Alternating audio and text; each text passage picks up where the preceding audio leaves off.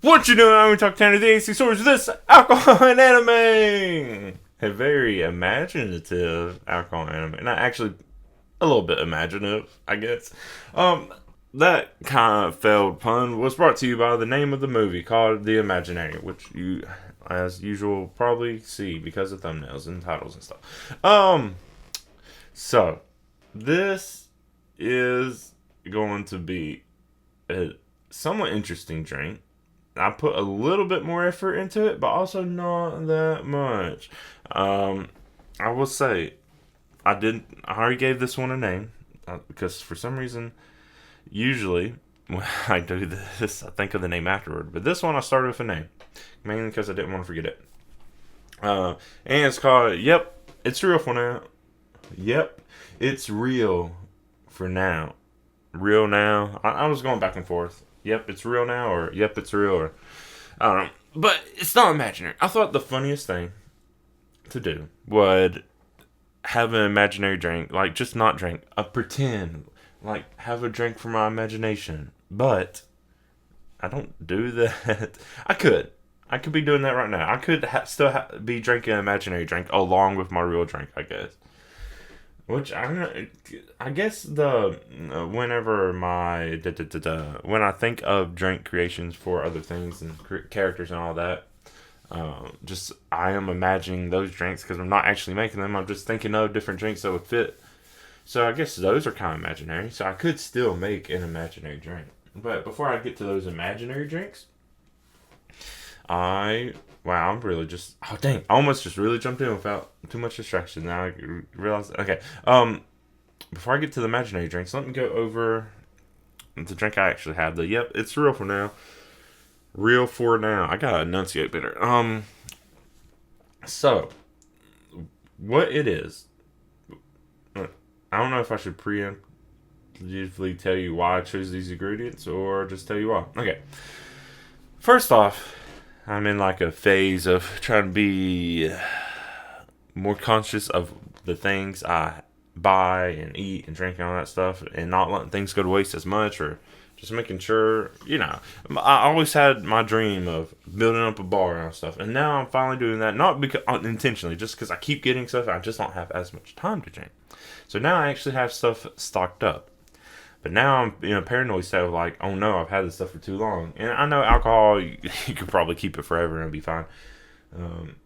But some other stuff, ingredients, I'm not so sure about. So what I've been doing is like, what's the most imaginative drink I could think of with the stuff I currently have? And first, it was I was going with the idea of, okay, what is drinks I have that are deceiving or aren't what they seem like they are or stuff like that, and two of them hit it off. So the ingredients I have are, two of them have been in drinks before in previous episodes, but it is a whipped cream vodka, then the ice cream sundae A&W soda, which seems like it should be root beer. I mean, that's part of it. It's like, oh, it's pretending to be root beer. Oh, just pretending to be an ice cream sundae, stuff like that. And it's the vodka. It's like pretending to be whipped cream and just sugar, which pretty much alcohol is just the sugar, anyways. Or sugar is used for the alcohol. If you make alcohol, you probably know better than I do. Then the other one is Good Day soju or vodka. It says vodka on here. I think that's just a weird translation. So I know people consider soju like the Korean vodka, the way what they same way they consider sake Japanese or rice wine, even though sake isn't wine or rice wine. It's closer to beer than it is wine. But I mean, but also the technicalities of what vodka is. It may technically be a vodka, but probably not. So this is soju trying to be vodka, or vodka trying to be soju. I don't really know. And then the last ingredient is jumbo yogurt. It's a yogurt drink. Now, normally I have like a carbonated yogurt drink when I mix it because I like to do the whole soju yogurt drink, and sometimes like a beer mix, and that's good. Now I mixed it up a bit this time, so it's just these four things. Um, somewhat equal proportions. If you look at the picture of it, and if you look at the thumbnail, it should be in the picture, if you can find it. It looks like the yogurt drink really, just takes over. That's what it mainly looks like, but that's probably because the vodka and soju are clear. I'm guessing the ice cream sundae soda is not that dark. It actually isn't dark. It is kind of like creamy-ish. So add that yogurt drink, and it kind of just looks yogurty. And when I was doing this, I was thinking, okay, this kind of makes sense because imagination, a very kid thing. It's a very kid movie. I was like, well, kids and like sweet stuff, desserty stuff, that makes sense. And if you're going to have an imaginative drink, it'll probably just be all sugary stuff anyways. So I thought it all fit together fine. Maybe the blueberry soju doesn't make complete sense with everything, but after mixing it and trying it about equal parts, it's not bad. It is maybe a little sweet, but it's not overpowering sweet, sugary. Taste wise, at least, it probably is very sugary, but it's nothing great. Like, this isn't something I'll ever make myself again. I saw the film. Because, one, it's four things, and I'm so lazy when it comes to drinking stuff. But, it's just nothing great. It's fine. Like, I had no problem drinking it. And since I have the stuff, maybe I would make more if I run out of what I'm drinking now. Or I could switch to the imaginary drinks. Yeah, it's nothing special. It's just kind of like, and nothing really pops out. Actually, so if you look at the pictures I post either on Ko-fi, Patreon, or Instagram, if you go around to it, you can kind of see how much soju I have. Well, I'm trying to say you can see how much I used of each portion, but everything else you can't really tell. But yeah, it's just so okay. And the bummer about this drink comes with the fact that it starts separating. And I didn't realize it would start separating. And it doesn't take long either. That's the other disappointment. If it was like, oh, I just left it out halfway through the movie. No, I think I was only 10 minutes in the movie and I started noticing the separating. I don't know. It's not like I was timing how often I was taking sips of it. But yeah, eventually I just had to keep stirring it pretty much in between each drink. And so that's a bit unfortunate. And I was like, I'll just power through drink it as it's still separated, but that's definitely not as good. So that's what I did. It was okay, but I feel like it fits. It's somewhat creative, which is what imagination kind of is anyways. But this one is real. This is a real drink. Now, as far as what could be imaginary drinks, let me. There's characters and there's imaginary characters too, and I could just look and base them all off those. I might. There's a few that were brought up, like just characters that were pointed out. So I'm gonna see. Wow, I took a lot of notes on this. This is like one of the kind of the most notes I've taken in a long time. So let me see if I can find a list of characters. The ones that were actually at least named. Wow.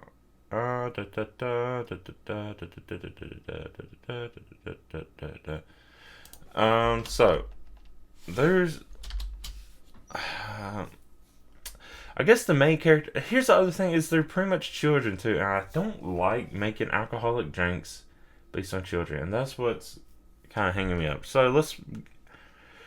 I'm not going to base it off of children, but I'll base it off of the imaginary not human friends, I guess. So, dang, I have a lot to talk about. Cruncher or Bones? That one feels appropriate. This is the November episode, so Halloween was a month away. About Cruncher or Bones, aka Wobbles, I think is the name that comes later. Yeah, Cruncher Bones. I mean, that's just a spooky little thing, but it always reminds me because I would think a Mexican lager because it's tiny. Mexican lagers are kind of like, well, they are mixed with a little splash of tequila. Is that too strong? I don't know. Not no, something, but it needs to be a little bit of something sweet. Maybe a dash of this whipped cream vodka. Maybe all of them would have a little bit of like this little whipped cream vodka because I don't know. It seems like something not for kids, but something very imaginative and imaginative or whatever. Then there's a hippo named Snowflake, pink. I have a peppermint bark wine, white wine, and I think it would fit. It's kind of pink-ish, snowflake, Christmassy, wintry. A lot of flavor, just like hippo is big, and then more of the whipped cream vodka. Then here's probably a character that literally just pops up, but it gets a name, and it would be an easy one to describe. Pretty much the character is like a painted dancer, and it's I would just think absinthe and then a whipped cream vodka. That's my default. I keep something consistent. And then there's a robot, just a little bitty robot thing. Kind of looks like a miniature Rob with a tiny body. I don't know.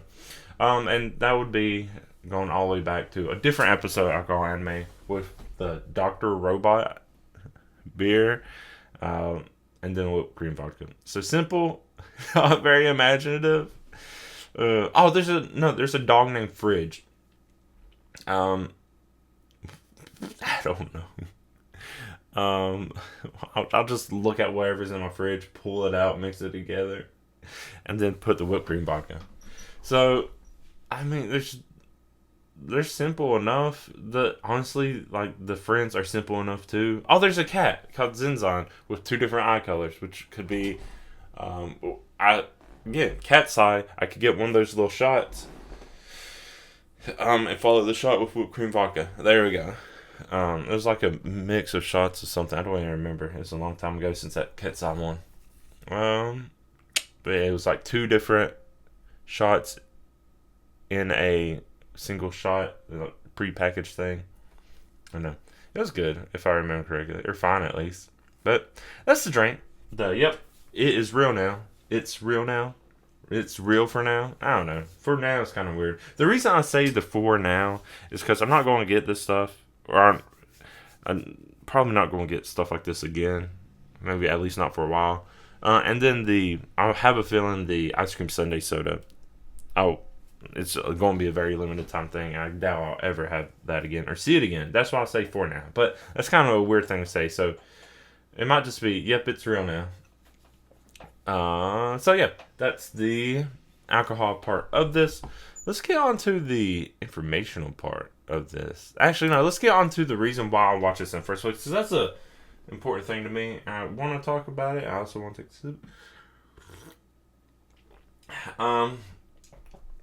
And the reason I'm watching this is because I'm just tired of anime films that are just part of series now. And I know I'll rant about this pretty much any chance I get, but I'm just tired of it. I miss these just standalone films, just good animated films, good, at least decent, because I even miss the quote not canon films of series. I'm still okay with those, like Stampede or the My Hero Academia films. Red for One Piece and My Hero Academia. Naruto used to have a lot of them too, but those. But now you have like Demon Slayer and now even more Chainsaw Man. They're just and it's kind of Jujutsu Kaisen, and they're just putting out arcs as films. I mean, if you listen to my other stuff, I'll just rant about Demon Slayer and Infinity Castle and all like that. And then, from what I understand, the new Chainsaw Man movie is also the next arc. And like, that's cool if you want to see it. I just don't care. And I've seen both the series. Chainsaw Man's just garbage, in general. Demon Slayer I really like, but I just don't like the fact that they're turning this last bit of the anime into films. It makes no sense. To make something genuinely good. But I miss these standalone films. And G Kids puts a lot of them out. Unfortunately for me, I have to drive like a while kind of late at night and later in the night to go watch them. And it's just too far to justify me going all the way there and have to come all the way back. And it's usually during the week when then I'm going to have to wake up and go work. And it's all that stuff. So as much as I want to do that, I just don't. Unfortunately, I have. But you just don't see them getting really promoted as much anymore unless it's a Miyazaki or a Shinkai and those kinds. And yeah, that's unfortunate. But somehow, for some reason, Netflix keeps getting these. And that is why I chose it, because I have Netflix for now. I was just looking up any kind of anime films on Netflix while I have it. And this was one of them. This is actually two of them. And the other one I will say for next month. But The Imaginary. It just popped up. I knew nothing about it. But it's a standalone film. It's animated. It looks, like animation-wise, it looks really good. So I went with it. And I'm glad I did. I just wish there was more available. Easily, at least. I'm going to keep looking for more. I'm going to try not to do just these art movies of ongoing series. Because I just don't like them. I prefer when it's a series, animated, or when it's episodes. I know that probably doesn't make any sense. If they were longer, if they did the entire Infinity Castle in one super long movie, then I'll probably be okay with it. But that's not what's happening. Give me a 10-hour movie, and I'll go watch Infinity Castle. Yeah, I know there's no one in the world. It's not like I have a super great attention span. But, I don't know. Yeah, even, I've talked to people about this before, even if there was, like, intermissions, then give me, like, 3-hour movies. Fine. An intermission halfway, a little bit, come back, movie. Like they do with, operas, musicals, plays, stuff like that. Where they had different arcs. And I don't like the whole arc thing. Acts, not arcs. But yeah, so that's why I chose this, mainly. And that's how I'm going to be picking a lot of my stuff going forward is I just don't want to be part of series, but that's going to be harder and harder to do. So I doubt that's going to last too long. But yeah, that's why. Now let's actually talk about this and where it comes from, because it's kind of interesting what it is. So it's, first off, it's called The Imaginary. I'm guessing that's just the English word for it. And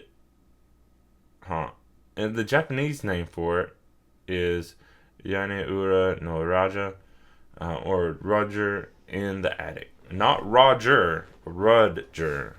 It's going to be hard to distinguish between that. But it is based off of a novel.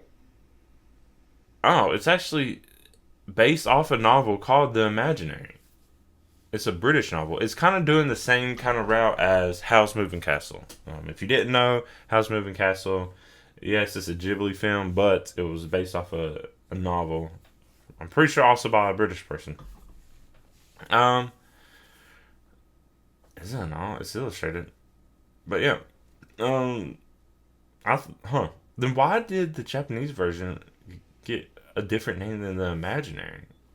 Interesting. Also, don't be confused, because It's the imaginary. Imaginary, without the V, is a horror film. Yeah, so it's interesting. It's based off The Imaginary, a 2014 British children's novel written by A.F. Harold and illustrated by Emily Gravett. Oh, interesting. Okay, I was hoping the novel would be older because if you are like me, you're probably seeing maybe some of this and being like, oh, this is like Foster's Home for Imaginary Friends. And then you really watch it and you're like, oh, this is a kind of a human version of that one SpongeBob episode. But it kind of ruins my joke where I thought the novel was going to be older because I knew it was based off a novel. But I guess I didn't pay attention when the novel was released. I thought the novel was going to be older. Nope, it's a 2014 novel. So this novel and movie both came out after those two. So is it a ripoff? Maybe. The idea, maybe. But also not entirely. But there is one scene, I'll get to it when I go over, that is very just SpongeBob-esque. And then actually there's another scene that's very Foster's Home-esque. So I'll get to those when I get to them.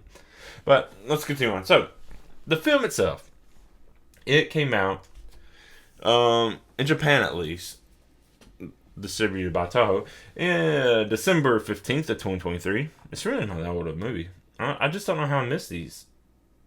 Like I said, there's just not marketed. I keep up with G Kids, so if it's not a G Kids film, I guess that's why I don't see it. But it came to Netflix July 5th, 2024. Which, I mean, I've had Netflix, on and off. I get it on and off because I don't care that much about what's on there, but apparently I should have. But it came to Netflix July 5th, 2024, so I should have seen it. It is directed, and the screenplay is by Yoshiyuki. Oh, wait, no. Directed by Yoshiyuki Momose, and screenplay is by Yoshiaki Nishimura. Also produced by Nishimura. I don't really know any of the stars of it. Music by Kenji Tamai and Age Has Agaha Springs.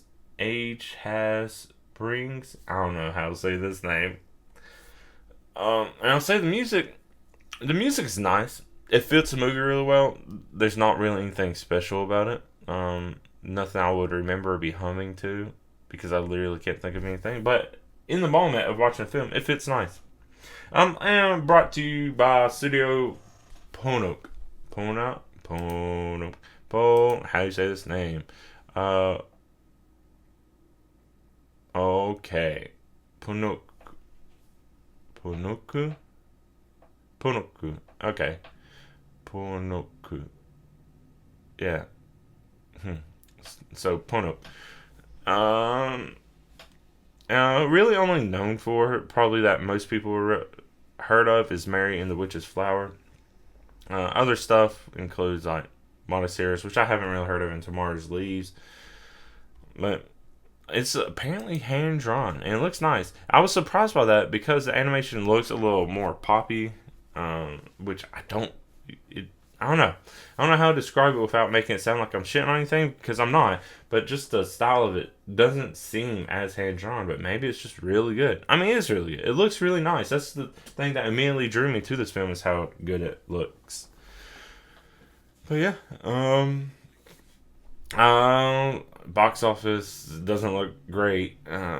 478,300 US dollars. I don't know what's considered good. I don't know what the budget was either. I'm not looking up that. So, I mean, I hope this film was considered like it did well. It's only 105 minutes, which is like 140 or an hour and 40 something. It's like decently long. It actually doesn't feel that long watching it.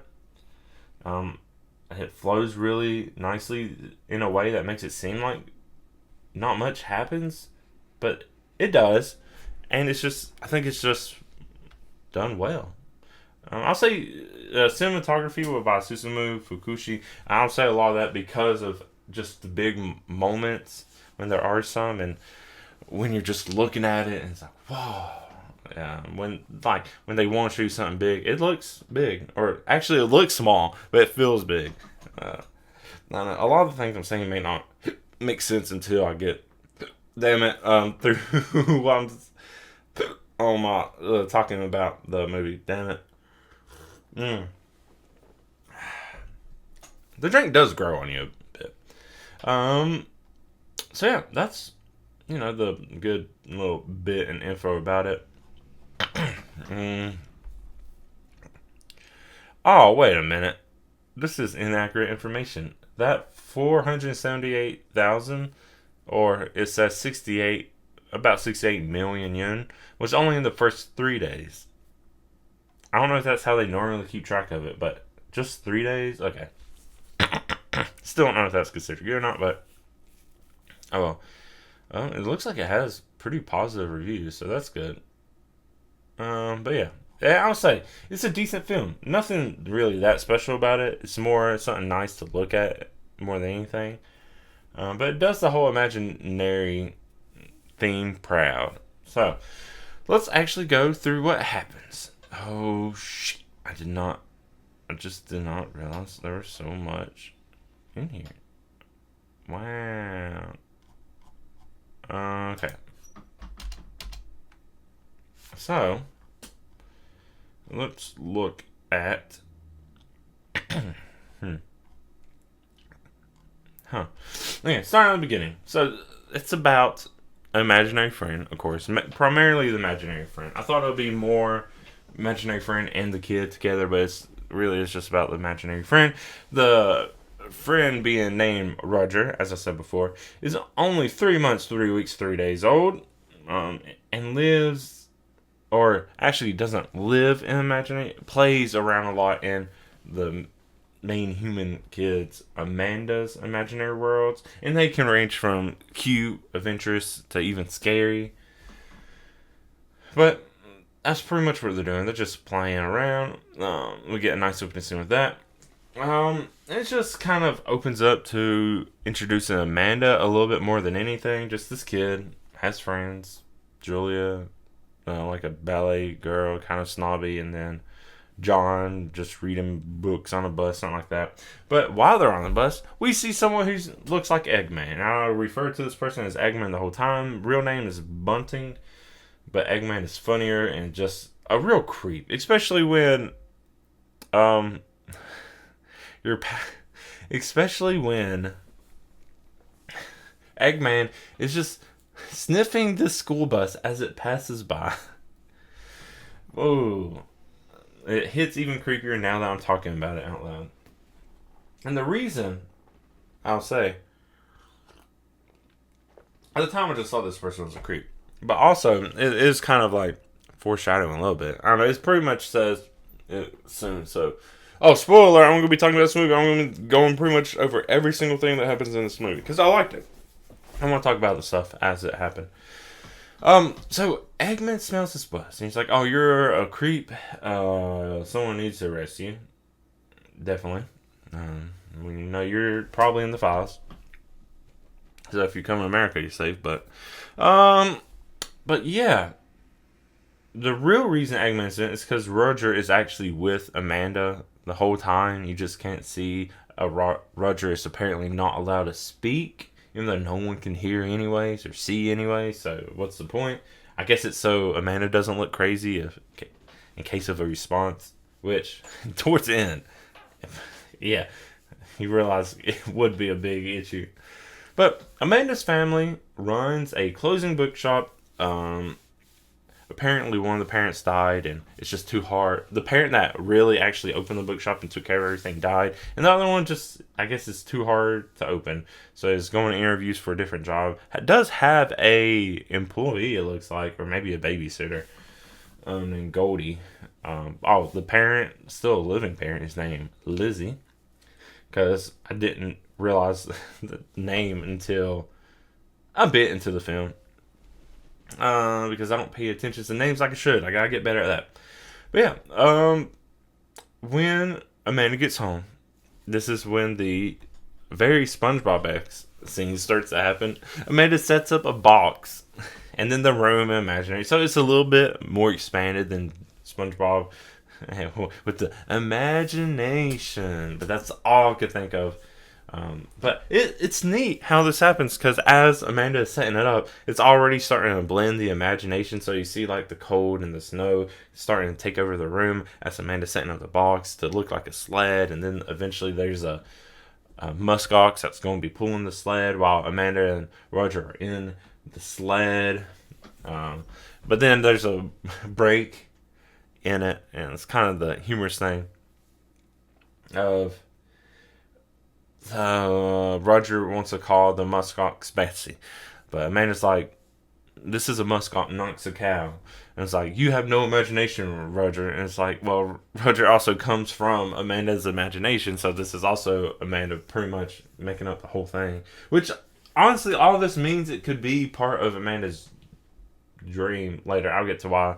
This whole movie mostly could have been part of Amanda's imagination. Or a shared consciousness imagination between multiple people. I don't know. It's an interesting thing. But yeah, and it's just, we see a little bit of that imaginative trip. Roger getting yoinked away by a Yeti. A lot of Roger getting yoinked in this film. That's why I'm bringing it up. To be a tree ornament. But then, Lizzie pops in to ruin the fun and nag a bit.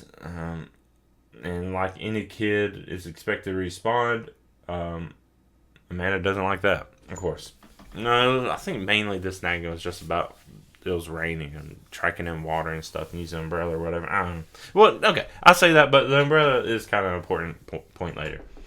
But yeah, you see the parent straight up making eye contact, or seems like should have been making eye contact with Roger, but yeah, seems Lizzie really couldn't see Roger. Now, Eggman. I'm going to keep saying Eggman. It's Bunting, I know, but it's Eggman. Eggman barges into the bookstore. It's closed. It's the end of the day. Has some creepy imaginary goth kid just telling, and I don't know. And then it just keeps smelling the store like a creep. So much smelling. So creepy. Like, smelling, just sniffing things is almost creepier than just like going around and licking your lips at things. I don't know which one's worse. Or making noises. I don't know. Just sniffing. It's such a very intentional thing to like go like out loud. Like you're not hiding anything. Because licking your lips could be like, oh my, it's cold. My lips are chapped.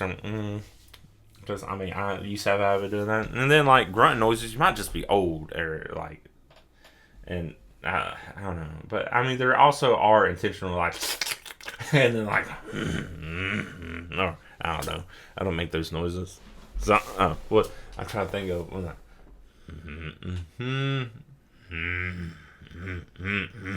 I make it. I don't know. It's being weird. But yeah, eventually Eggman leaves. But of course, Amanda and Roger could see the creepy goth kid. And then we see Lizzie just shit talking. Another day, Lizzie just shit talking Amanda and Roger to a grandparent.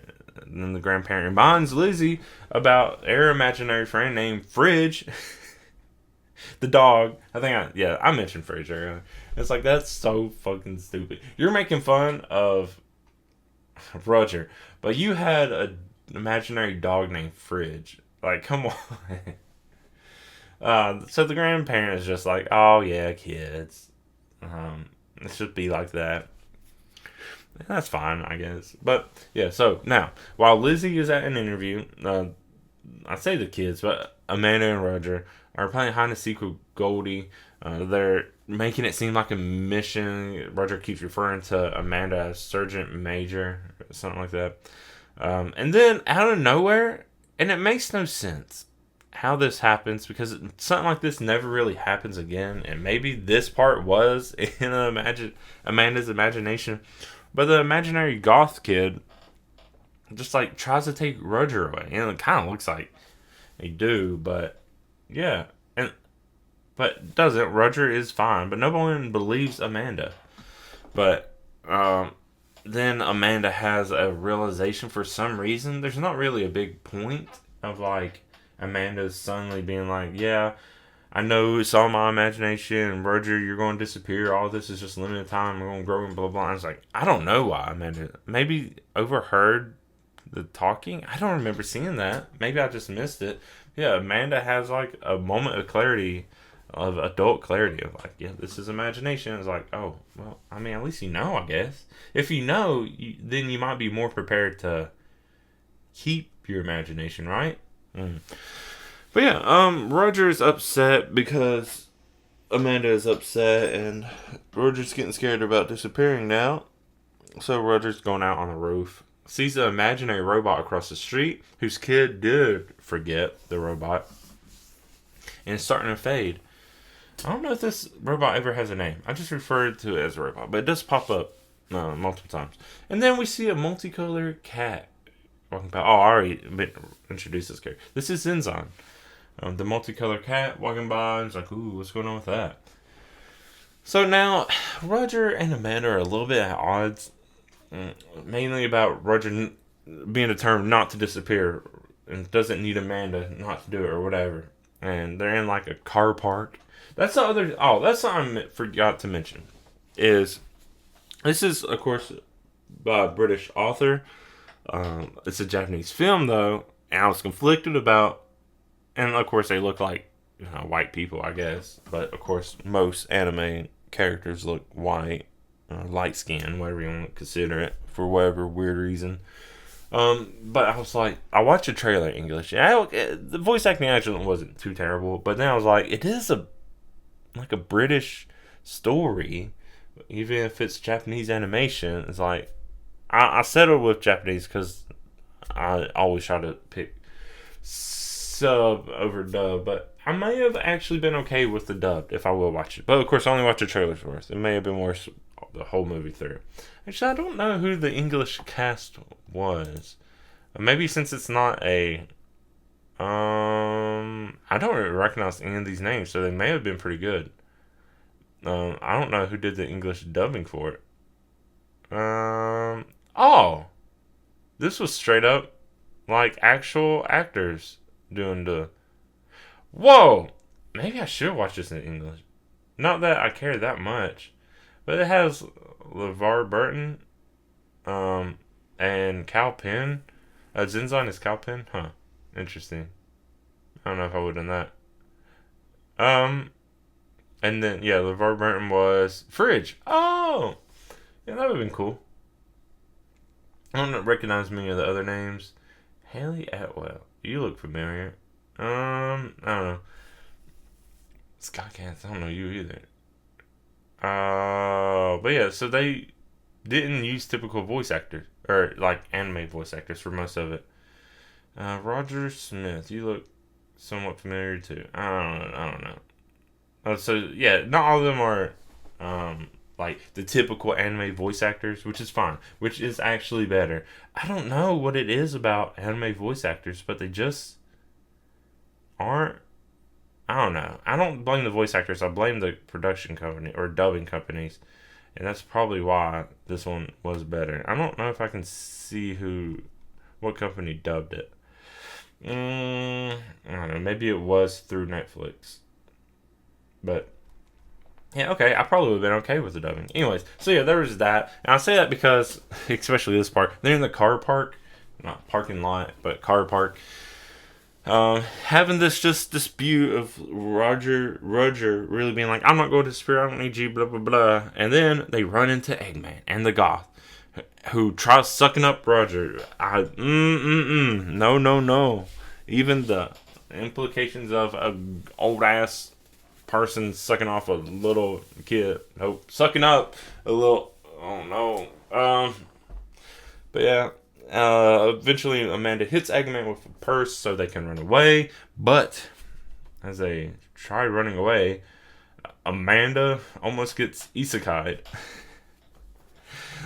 Hit by a car, if you didn't know. Not a truck. Was it a truck? No, I think it was just a regular car. So, since it wasn't a truck, not completely isekai, just sent to a hospital. But there's thoughts that Amanda might be dead, so Roger tries running after the ambulance, I guess, to try to get to Amanda, but can't, I guess, gets lost, ends up just sitting in an alley or something, or starting disappearing, these little gold bits flying away, and that's when Zinzad comes, shows Roger to this door in an alley that just magically opens, which leads to a library, which also has real people in it. And this is the part that's kind of confusing, is what's so special about this library. It's never really explained why there's still real people, but it's also full of imaginary friends, and this is where the Foster's Home for Imaginary Friends vibes come in, because it really is just like, here's all these abandoned imaginaries, and now they all live in a library for some reason. And this is where we're introduced to a bunch of the other imaginaries, like Snowflake, Cruncher Bones, Lady QB. The robot is there. Hey, robot found our way there. But yeah, the humans don't notice anything. They're straight up just interacting with stuff all around the humans, and of course they don't understand. I don't know where this library actually is, but I don't know. Must be. I don't know, it makes no sense, really. But at night, the books are swallowed up, and then the library grows into Town of Imaginaries, where the town is different, or the scene is different every night based off the books. This one looked, I don't really know, like a palace kind of thing. If I remember, maybe Taj Mahal kind of looking thing, if I remember correctly. I don't really. Didn't take note of that. But they're usually based off of real things or books or whatever, but probably a more imaginative version of it. And then they're just getting to know each other. Eventually, Eggman or Bunting gets brought up, and everyone panics. Apparently, Bunting's like the boogeyman of this, but Emily, another imaginary who just looks like another kid, maybe a little bit older than Roger, is a little taller. Well, it kind of has like an aviation look. So I don't know how old Emily actually is. But Emily's like, oh, yeah, Bunting's not real. We don't need to be making up all these stories about it. And then we see a sad dog in the background, who is eventually revealed as Fridge later. And then we jump back to Eggman, who's just ordering matcha. So I guess if I was to make a drink for Eggman, it would be something matcha. Matcha, latte, and something foul. What's a malort? I don't know. So just put something weird in there. Egg? What's an egg? Eggnog? Matcha latte and eggnog. But like bad eggnog. I don't know. But yeah, Eggman's upset because when humans die, the imaginaries disappear, and Eggman can't eat imaginaries if they disappear. But apparently Eggman eats these imaginaries to live forever. And I still don't know if Eggman is an imaginary also, or a real human that somehow was able to eat imaginaries, because like other adults can see Eggman and stuff. So I don't know. We get a little backstory on Zinzon, who was an imaginary friend for some paranoid kid, and pretty much used Zinzon as a watch cat. And it's like Zinzon's kind of making vows, like watching over other imaginaries now. And there's a sad-ish scene that comes up later. So yeah, when morning comes, library's back to normal. We see a big bulletin board of Jaws called the Agency. And while we're looking at this big board, I know there is straight up an imaginary friend that looks like a penis. Like, the fuck? Well, really the fuck. But yeah, it looks pretty much like a penis. Anyways, that's not the important part. I just had to bring it up because I was like, what the fuck is that? But yeah, so this imaginary board, or the Agency, is imaginaries choose a kid, they take the picture, and then they go and spend the day in that kid's imagination with them. And Roger sees John, the best friend, reading the book. They go, that imagination was go rock collecting in a space mission. But apparently, if an imaginary dies on one of these imaginary missions, they disappear for real. And literally disappear.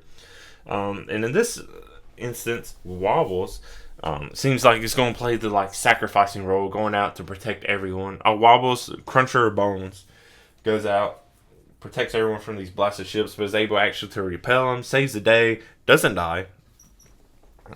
And we also see if they let go of the pick when the imagination is over, then they go back into, I guess, wherever the real kid lives. If they don't get back to the library by the end of the day, they also disappear. So, a lot of rules, which Emily does say at one point. But yeah, so they're trying to leave. Apparently, they're not able to open doors or whatever, so they could be trapped if that's a thing. But luckily, John, hey, not a very safe thing, but I don't know, leaves a window wide open, so they're able to climb out through that. But when they're trying to leave, Cruncher or Bones' hand is still being held by John, and Cruncher or Bones can't leave, but doesn't need to leave because Cruncher Bones permanently turns into Wobbles, which is a good thing. It means Wobbles is now reclaimed by John and has a new friend, so won't disappear anyways. Yeah, that's nice. Bye bye Cruncher Bones, have a good life. I don't think Cruncher Bones or Wobbles turns up anymore in the film. I thought this was going to be the moment where Roger was going to be like, oh John, I need you to go check on Emily for me, blah blah blah, or not Emily, Amanda for me, and blah blah blah, but that doesn't happen yet. But while they're trying to leave, and this is pretty much when so this is why it feels like it's a really quick movie and not much happens. It's because I think this all takes place in first day school, second day imagination, interview, go in the store, maybe. No wait, first day, no, third day store, fourth day is with John, fifth day. Like, all this happens in like 5 days. It's less than a week. So, most of the action and everything that happens is about to happen now. So, they're leaving John's place. And when they do, Roger sees Eggman. It looks like Eggman is about to go visit Wobbles now. I don't know the exact house, but it really seems like it. But Roger confronts him. Then Eggman just tries to suck up Roger again. Not a very good plan. But then a bus comes by and cuts him off. I guess they can take this bus to wherever because Zenzon, Snowflake, and Emily were also on it. They're the ones who went on the mission too with John. So the bus cuts him off and saves Roger. Actually, no. Maybe there is a third day. No. This is all still in the same day. So yeah. It all comes out of nowhere and happens so fast. So Roger runs back to Amanda home. We find out Amanda is in the hospital, still alive. Apparently, Lizzie drinks green lager. I have no idea what green lager is. Is that supposed to be like... Well, this is a British thing. Maybe a UK thing. Let me look up what green lager beer is. Yeah. Interesting. Green lager. I guess that should have been the drink, but of course I didn't know about it. Green lager. I would assume it's an Irish thing, but I don't know. Green State Lager. I don't know if it's actually green lager is a thing or if it's just Green State Lager. But multiple green looking beers popped up. So I don't know. Maybe not. It might not be. Green lager might not be a thing, but it might be a lager that is green for some reason. I don't know. Interesting, though. Either way. Yeah, I had to mention that because it's mentioned in Beard. Hey! A lot of green, actually. Because matcha is also green. Huh. Interesting. So where was it? Oh, yeah. So, we also get a little sad montage of the other dead parent. The one who apparently... would believe Amanda about all of this, the one that played more. It seemed like, I don't know. It's not like Lizzie's a bad parent, but.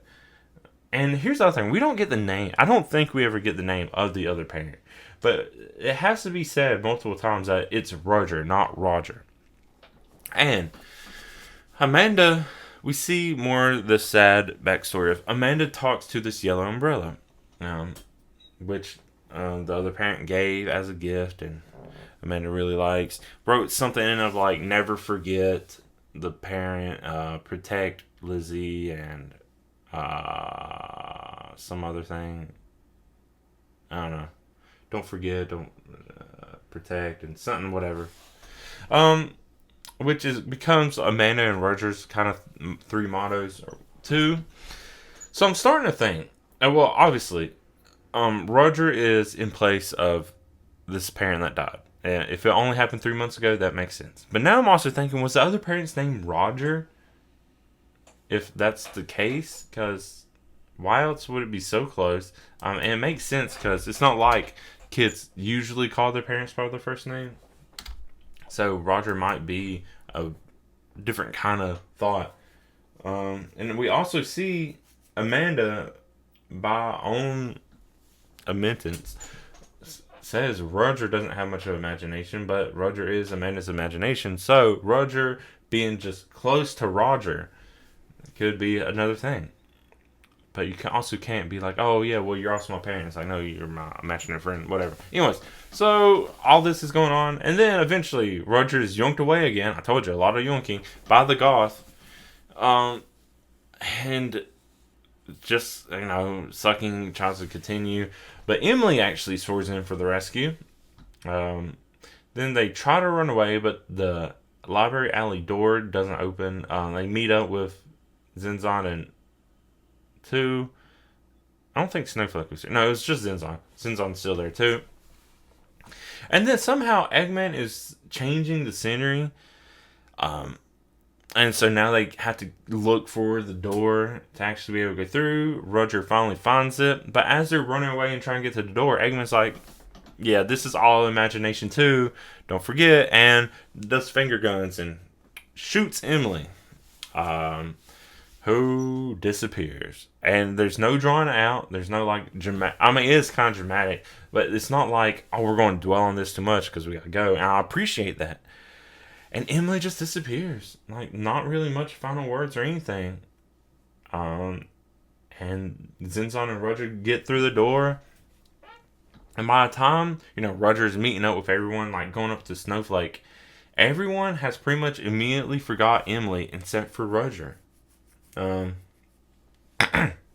Zenzon, who was there and saw it happen, already forgot Emily.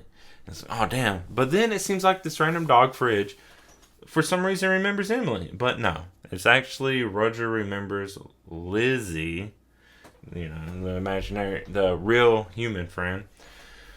And it's like, oh, okay. And then you would think, is there some significance between the imaginary Emily and Lizzie? No.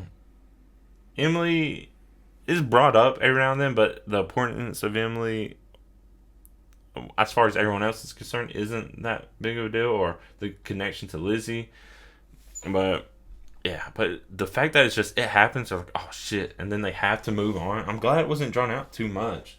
Kind of takes away from the weight of it, because then it goes okay, I get it, and it didn't do that. I'm glad.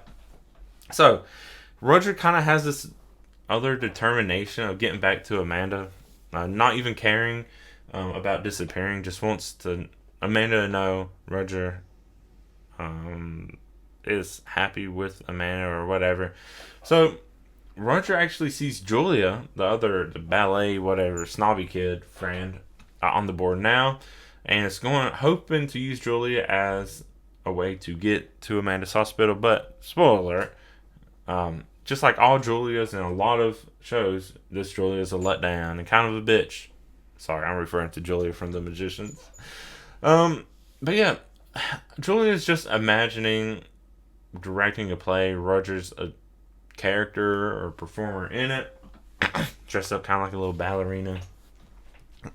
But yeah, and because of this, Roger starts to forget about Amanda for some reason, because Roger is starting to become more of the character. Maybe it's because, kind of like how Cruncher Bones became Wobbles, it's kind of starting to be like that for Julia and Roger now, even though it's not wanted at all. But yeah, eventually, Roger almost forgets to let go of the photo, and now Snowflake and Zenzon are all on board on trying to help Roger out. So they force the picture out of Roger's hands, and now they're in Julia's home. And Julia has to go, I guess, to a recital or something. So Roger's trying to chase after Julia, But now, here's the problem. There's a small dog door that Roger is barely able to fit through. Zinzon's fine, but Snowflake, being a big hippo, isn't able to get through it. And if you don't get back in time, then you're going to disappear. And there's this little scene. It's a little sad and emotional of like Snowflake sitting at the door and they're just kind of talking. He arms full of snacks, and Zinzon sitting outside and was like, "I'll watch over you." It's just like, oh, I get chills thinking about it, and I know what happens. And it's like, oh, that's actually kind of sad. Just like any time of these moments where you have to like face your end, and it's like those always kind of get me, and you kind of accept it. It's like, oh damn. But then like a butt of joke of Julia's whole thing is the other parent comes in, opens the door late, just to get Julia. Which it's open door, and so you have this sad moment, and then the door opens and Snowflake falls out anyways, and they're gonna be fine. But it was like that's the saddest moment of the whole film, pretty much. And it's just like, damn. But then they're fine. It's like, you got me. I'm not going like you got me in the first half. It's like shit. Even thinking about it now, it's just like, damn, that was a really well done moment. And just Zinzon, it's like, I'll watch over you. It's like, damn. Oh, it's always sad, but it was just ended up being funny. Anyways, so Roger is pretty much just literally on the windshield. Julia freaking out. The parent driving is just like, what the fuck is going on? You're a crazy child. But then Roger sees an ambulance driving by. For some reason, is able to chase this ambulance all the way to the hospital where Eggman is actually already at. Then we also see, and another thing I just really love about this movie, this robot. I want to also follow this robot's whole journey, because this robot has also found a kid in the hospital and just seems happy. It's like, I'm so happy for you too, robot. I'm starting to get a little emotional. I don't know why now.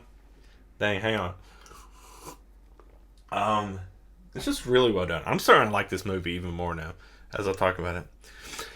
So Roger gets up to Amanda's room, who is still unconscious, but then Eggman catches up. And this is the moment where eventually wait dang, hang on. So Amanda wakes up but isn't able to see Roger at first, but in the like little scuffle, Emily's goggles that Roger was carrying around flies up in the air, and as they're falling, Amanda looks through them for a moment and sees Roger, and then that's when everything comes back. So then Amanda and Eggman start to imagine each other going in like this imaginary world together. And Amanda is out imagining Eggman. And this is where I'm like, if you're one of the adults without this imaginary vision, and you come in to see this, it's like, you would see what I first thought, because it actually does show you later. What I first thought is you just see like this old creepy adult playing with this small little child, pretty much just sitting there staring at each other playing, like not like vaguely acknowledging each other, but also kind of doing their own thing.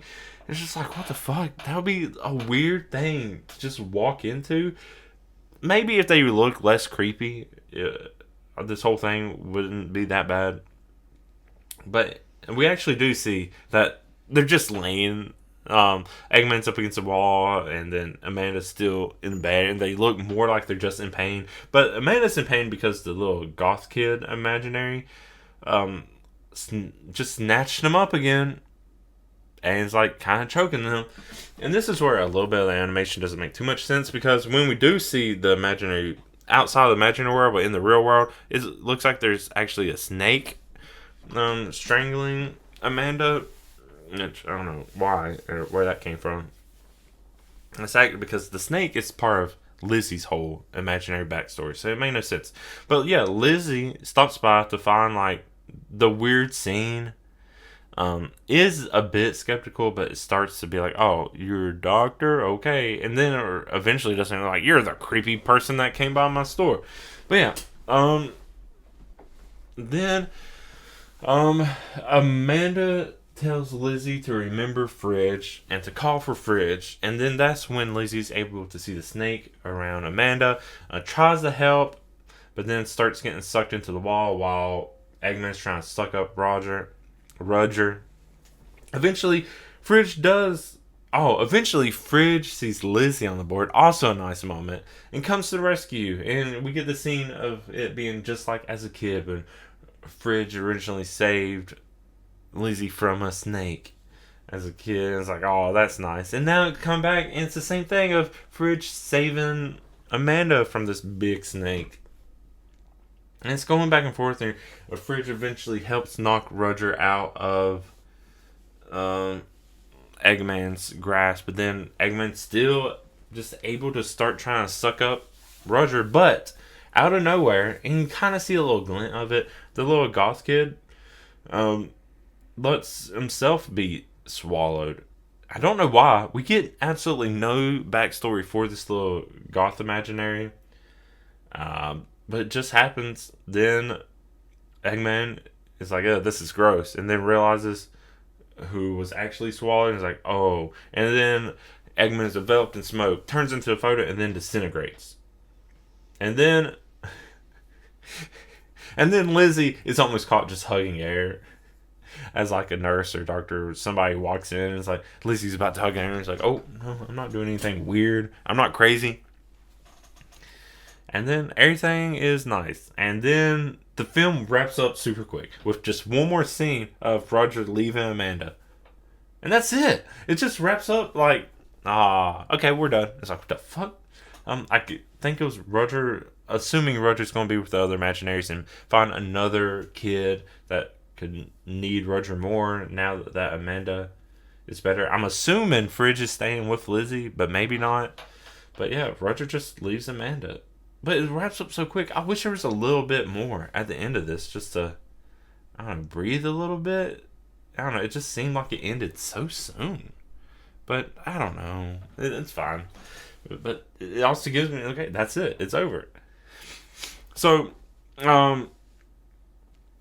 because of this ending, I actually thought of this like halfway through, even before the whole umbrella scene, with the who I assuming is Roger. But I was like, what if there's a twist that Roger already belonged to someone else, but then that friend forgot, and then Roger forgot that friend, and then eventually came to Amanda to help, and was reclaimed by Amanda, and that might be a thing. And Roger is just. That's why Roger's not disappearing, because Roger's just going out and finding kids that need him. And maybe that's it. And I like that theory, so maybe I'll just stick with that. But that's it. It just suddenly ends. That's the imaginary. I liked it the more I talked about it, actually. That's starting to happen more, I noticed with some of this stuff. So yeah, I actually did like this movie even more than I realized. But yeah, I guess I have not much else to say. That was pretty comprehensive, I feel like. So that is the imaginary. Let me know what you think. Let's talk about a few things, actually. What would your imaginary friend be? I always pretend. I try to pretend I had an imaginary friend when I was little. I didn't. I just thought it'd be cool if I did, but I never did. I did have a series of Bobs where I just named random objects Bobs, and that's the closest I got to imaginary friends. But yeah, what would your imaginary friend be? What would your imaginary drink be? And what do you think of my drink? You can try it if you want. It's something special, but I don't know. Let's talk about whatever. You can do that. Either if you can leave comments, you can do that. You can find me on social media. You can email me at theacstories@gmail.com, or join my Discord. We're talking about all kinds of stuff there. But that's all I have to say. I don't really even have that much of a need to ramble on too much. So, thank you anyone who listened. Thank you especially to my Ko-fi Patreon member Julio Vasquez. You also want to help support me, you can do it on there. You get these shout outs, you get notes of videos I make. This is one of the longest amount of notes I took for an episode of this. I don't know why. I just was really into it, I guess. And then you get stories I write, all kinds of stuff. So do that if you want. But that's going to be it for this Alcoholandanime. And that's going to be it for me, your otaku tainer at the AC Stories. Until next month, bye.